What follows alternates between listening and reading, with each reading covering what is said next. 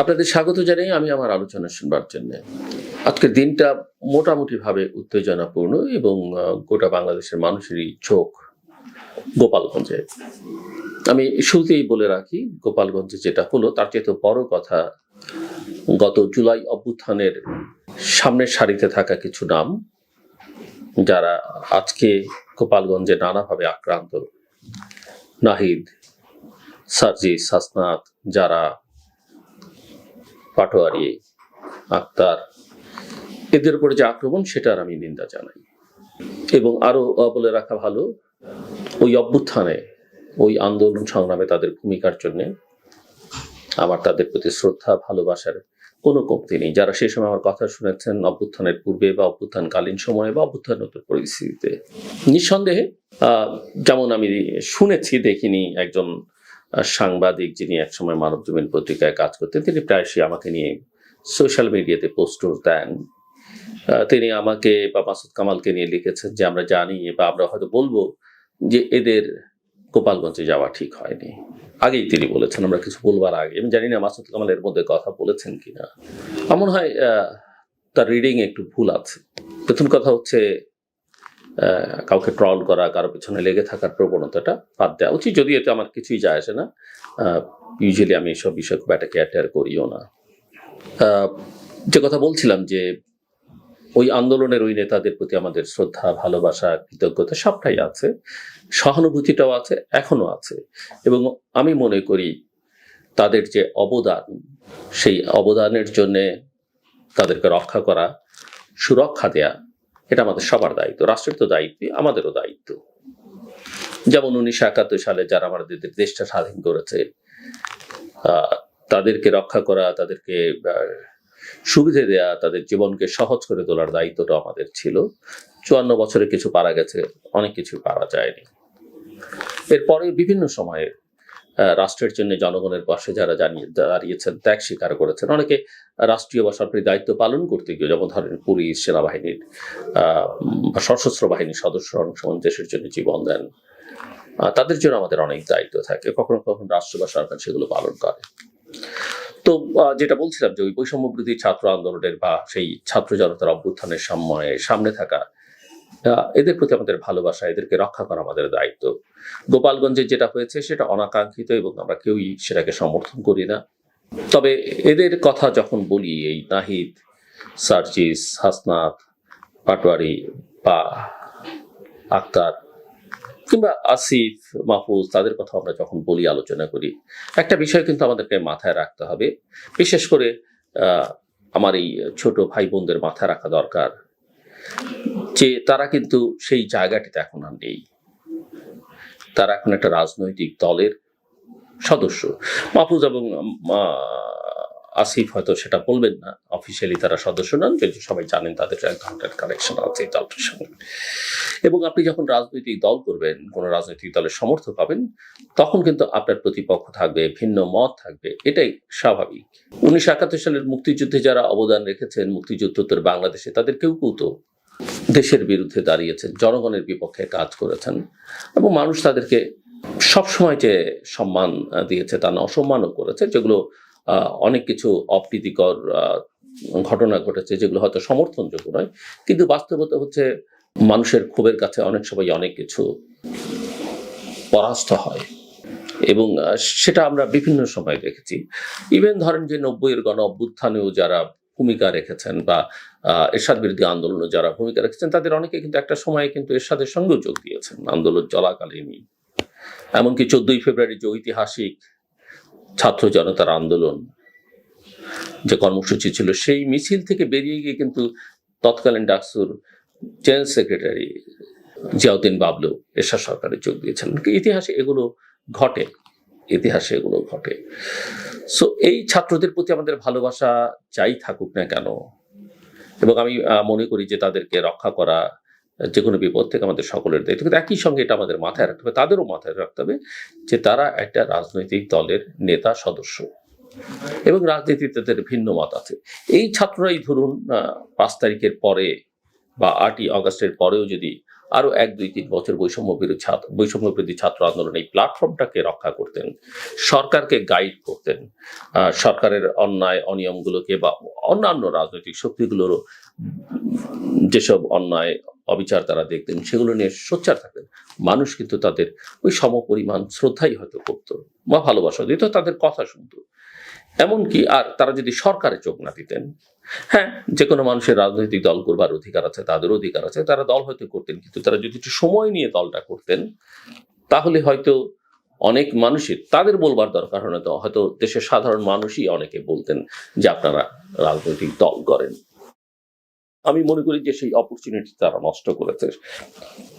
শুধু তাই নয়, তারা শুধু আওয়ামী লীগ শেখ হাসিনার বিরুদ্ধাচরণই করেনি, তারা এমন একটা পর্যায়ে এমন একটা ভূমিকায় অবতীর্ণ হয়েছে যেখানে মনে হয়েছে যারা তারা আরেকটা শক্তি, আরেকটা বড় রাজনৈতিক দল বিএনপির নেতা তারেক রহমান, বেগম জিয়া, তাদেরকেও মাইনাস করবার প্রক্রিয়ার মধ্যে ঢুকে পড়েছেন।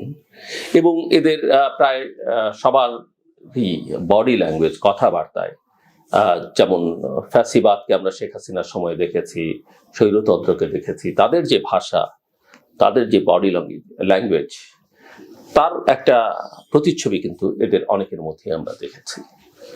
এটা হবে, এটা করতে যাওয়া যাবে না, একে বাংলাদেশের মাটিতে ঠাঁই দেয়া যাবে না, একে রাজনীতি করতে দেয়া যাবে না, এগুলো গণতন্ত্রের ভাষা নয়, এগুলো রাজনীতির ভাষা নয়।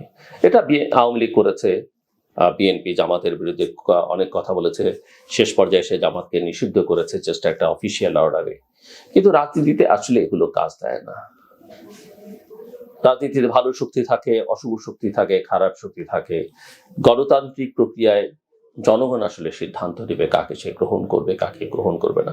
আর কেউ যদি একেবারে টেরোরিস্ট হিসেবে আবির্ভূত হয়ে যান, টেরোরিস্ট সংগঠন হয়, সেটা হয়তো আইনি প্রক্রিয়াটা তার সমাধান করা যেতে পারে, কোনো কোনো দেশ সেটা করেছে। কিন্তু মূল কথা হচ্ছে আইন কানুন কোর্ট দিয়ে কারো রাজনীতি নিষিদ্ধ করা যায় না, কারো রাজনীতি বন্ধ করা যায় না। এই যে এনসিপি নেতারা গোপালগঞ্জে গেলেন, আমরা জানি যে গোপালগঞ্জ শেখ মুজিবুর রহমানের জন্মস্থান, যিনি বাংলাদেশের স্বাধীনতা সংগ্রামের প্রধান পুরুষ। শুনতে কারো ভালো লাগতেও পারে, কারো নাও লাগতে পারে, কিন্তু এটাই বাস্তবতা যে শেখ মুজিব হচ্ছে বাংলাদেশের স্বাধীনতা সংগ্রামের, মুক্তিযুদ্ধের অবিচ্ছেদ্য নাম। একইভাবে জিয়াউর রহমান বাংলাদেশের স্বাধীনতা যুদ্ধের সঙ্গে অঙ্গাঙ্গিভাবে তারও নাম। বাংলাদেশের যে মুক্তিযোদ্ধার নাম সবার আগে দিতে হবে, বলতে হবে, সেটা জিয়াউর রহমান। সশস্ত্র যুদ্ধে নেতৃত্ব দিয়েছেন, স্বাধীনতার ঘোষণা দিয়েছেন, প্রথমে নিজে, পরে বঙ্গবন্ধুর পক্ষে,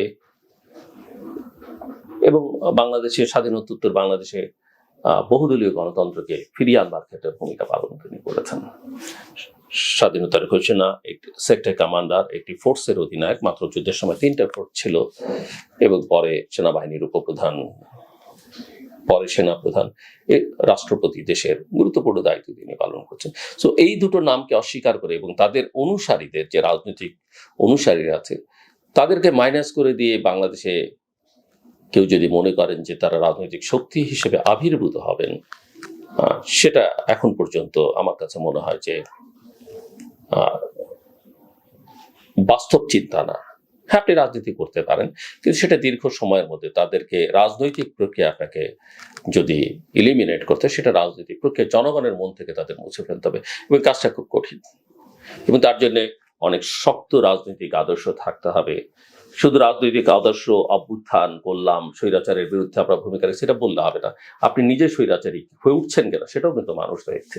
আপনি দুর্নীতির বিরুদ্ধে বলেছেন, আপনি নিজে দুর্নীতির সঙ্গে যুক্ত কিনা সেটাও কিন্তু মানুষ দেখছে, এবং মানুষ কিন্তু দেখেছে গত 11 মাসে অনেকের বিরুদ্ধে। এটা বিএনপির বিরুদ্ধে আছে, এনসিপির বিরুদ্ধেও আছে। এই যে চাঁদাবাজি, দখল, বিশেষ করে এনসিপিকে তো অনেকে ক্ষমতাসীন দলই মনে করে, প্রমোশন, বদলি, বাণিজ্য, নিয়োগ বাণিজ্য, টেন্ডার প্রক্রিয়ার সঙ্গে এনসিপি এই দায় এড়াতে পারে না। এমনকি কোনো কোনো ক্ষেত্রে ততটা না হলেও জামাতের নাম এসছে। জামাতের পলিটিক্স একটু ডিফারেন্ট টাইপের পলিটিক্স, এবং তারা খেলাটা অন্যভাবে খেলে, অন্যদের মতো অন্যান্য রাজনৈতিক দলগুলোর মতো স্বাভাবিক খেলা তারা খেলছে না।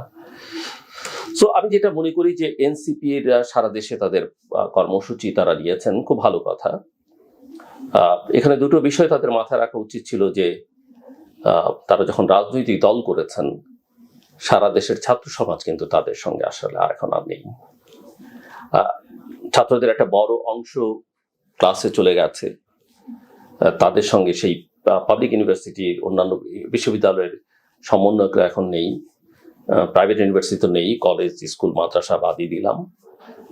কোটি কোটি ছাত্রের তারা মাত্র হাতে গোনা কয়েকজন, এবং তাদের সঙ্গে থাকা অনেকে তাদের থেকে বেরিয়ে গেছে, এবং এমনকি উম্মে ফাতেমার মতো স্টলওয়ার্ডস তাদের দল থেকে বেরিয়ে গেছে, অনেকে তাদের সঙ্গে যুক্তি হননি।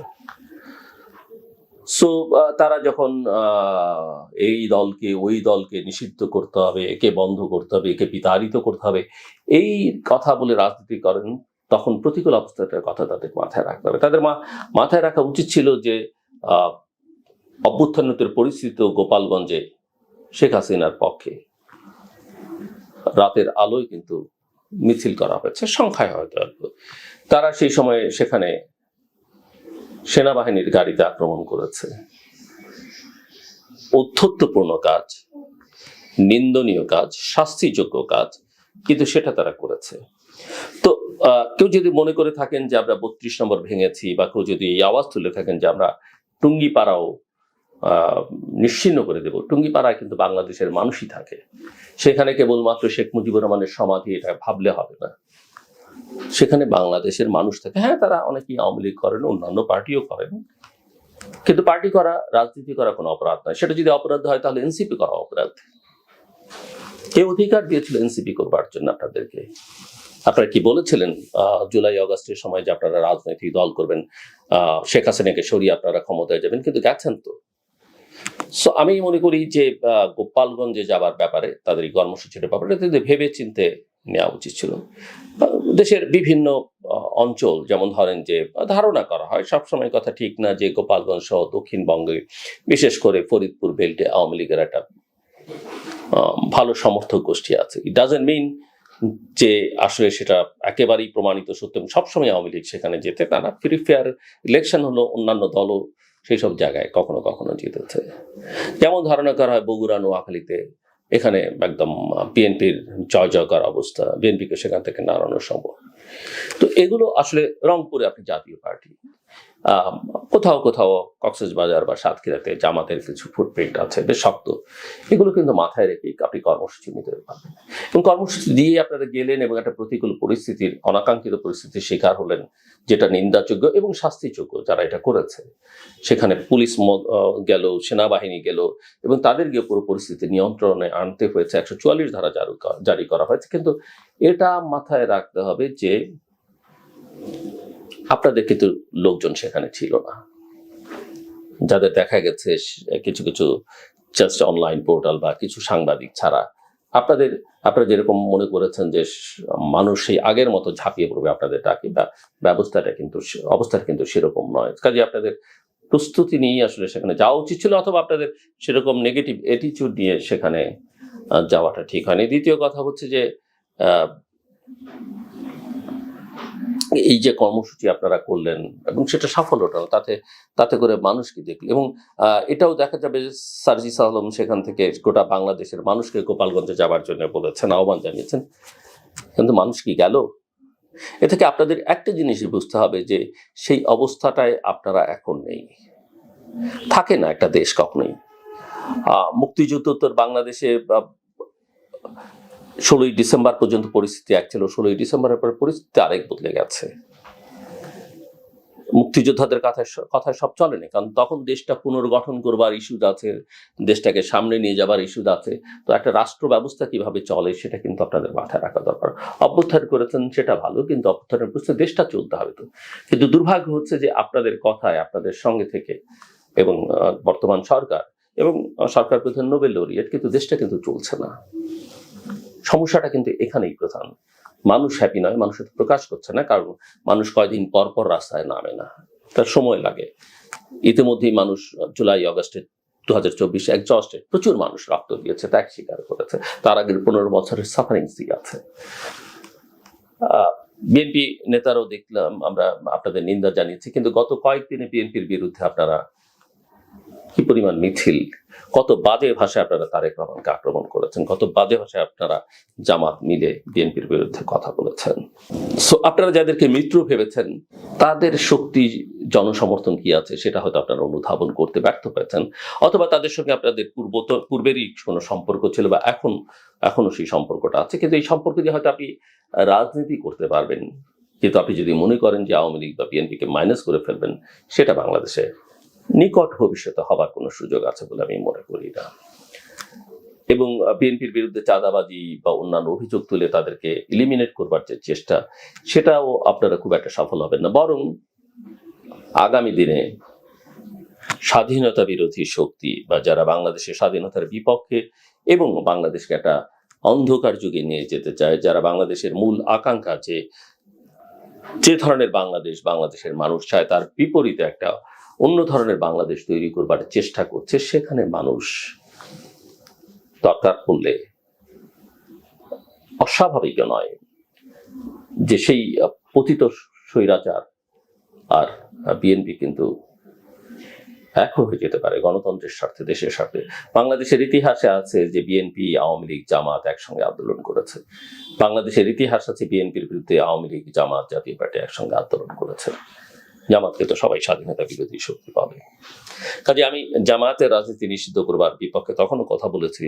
আমি এখনো মনে করি 71-এ তাদের অবস্থান, রাজনৈতিক অবস্থান, নিশ্চয়ই তারা গণহত্যার সঙ্গে যুক্ত ছিল, তাদের কর্মী সমর্থকরা, আলবদর, আল শামস, রাজাকার বাহিনীতে যারা ছিলেন তারা সেই গণহত্যায় সহযোগিতা করেছেন, ধর্ষণ, নিপীড়নের, অগ্নিসংযোগে সহায়তা করেছেন। কিন্তু তারপরও তারা তাদের রাজনীতি দিয়ে যদি মানুষের উপর আস্থা নিতে পারে, let them do that. Awami লীগের ক্ষেত্রে আমি একই কথা বলবো। আমি মনে করি যে আওয়ামী লীগ যে ন্যাক্কারজনক কাজগুলো ক্ষমতায় থেকে করেছে, মানুষ সেটা ক্ষমা করবে না, করবে কিনা সেটা আমি জানি না ভবিষ্যতে, কিন্তু তারা নিজেরা, তাদের মধ্যে কোনো অনুশোচনা নেই, তারা ক্ষমা চায় না, এখনো ক্ষমা চায়নি। বাট তাদের রাজনীতি করবার অধিকারটা আপনি হরণ করতে পারেন না, সেটা করতে গেলে আপনার অধিকারও কেউ না কেউ ভবিষ্যতে হরণ করবে। সো বাস্তবতাগুলো কতগুলো স্বীকার করতে হবে। ভারতের বিরুদ্ধে আমরা যথেষ্ট পরিমাণে ক্রিটিক্যাল, অভ্যন্তরীণ রাজনীতির হস্তক্ষেপের জন্য অন্যান্য অনেক সমস্যা তাদের সঙ্গে আমাদের রয়েছে, সেগুলো সমাধান করতে হবে।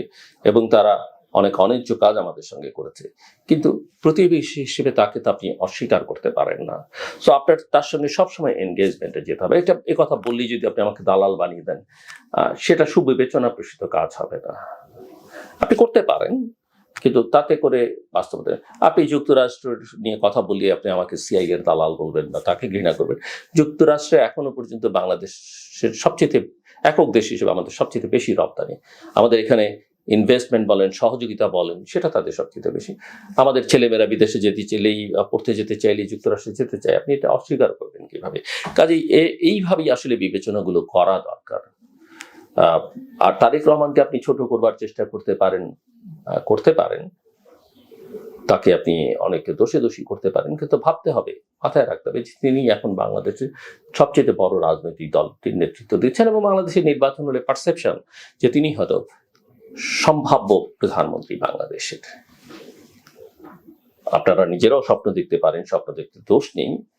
বাস্তবতা হচ্ছে এটা একটা ইতিবাচক দিক যে 2024-এর অগাস্ট পর্যন্ত বাংলাদেশে শেখ পরিবারের বাইরে বা জিয়া পরিবারের বাইরে কেউ প্রধানমন্ত্রী হবার স্বপ্ন দেখতো না, এখন সেটা দেখতে পাচ্ছে, কেউ বলতে পারছে, অ্যাটলিস্ট বলতে পারছে, সেটা একটা নিঃসন্দেহে ইতিবাচক দিক।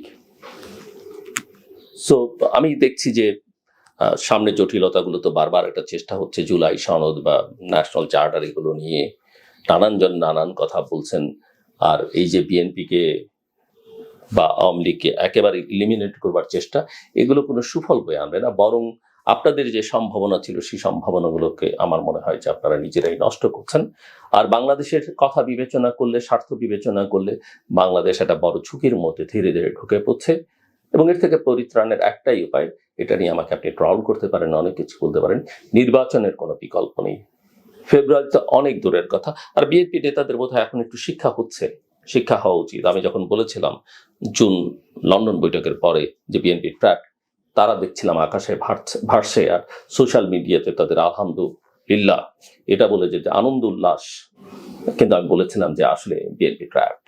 এবং বিএনপি নেতারা সেদিন সেটা উপলব্ধি করতে পারেননি যে তারা কিছুটা ভুল রাজনীতি করছেন, এবং আজকে মনে হয় তারা বুঝতে পারছেন যে তারা আসলেই ভুল পথে, এবং তারা যে পথে হেঁটেছেন সেই পথে ফেব্রুয়ারিতে নির্বাচন তো দূরের কথা, এপ্রিল, মে, জুন, জুলাই, আগস্ট 2026, 27, 28 হয় কিনা সন্দেহ। নির্বাচনটা করতে হলে বাংলাদেশে সার্বিক পরিস্থিতি বিবেচনা করে, দেশীয়, আঞ্চলিক ও আন্তর্জাতিক পরিস্থিতি বিবেচনা করে ডিসেম্বর 25 এর মধ্যে করতে হবে। নির্বাচনের প্রস্তুতি নিতে 3 মাসের বেশি লাগবার কথা না। যদি কোনো নির্বাচন কমিশন সেটা নিতে না পারে, আমি মনে করি তাদের সেটা অক্ষমতা বা অদক্ষতা, অযোগ্যতা। আমার বিশ্বাস এই নির্বাচন কমিশন সেটা করতে পারবে। আমি মনে করি নির্বাচনের তারিখ ঘোষণার মাত্র পুলিশ প্রশাসন, যাদেরকে এখন অনেক বেশি ইনঅ্যাক্টিভ মনে হচ্ছে বা প্রোঅ্যাক্টিভ না, কোনো কোনো ক্ষেত্রে রিঅ্যাক্টিভ মনে হচ্ছে, তারা অ্যাক্টিভ হয়ে যাবে। জুডিশিয়ারি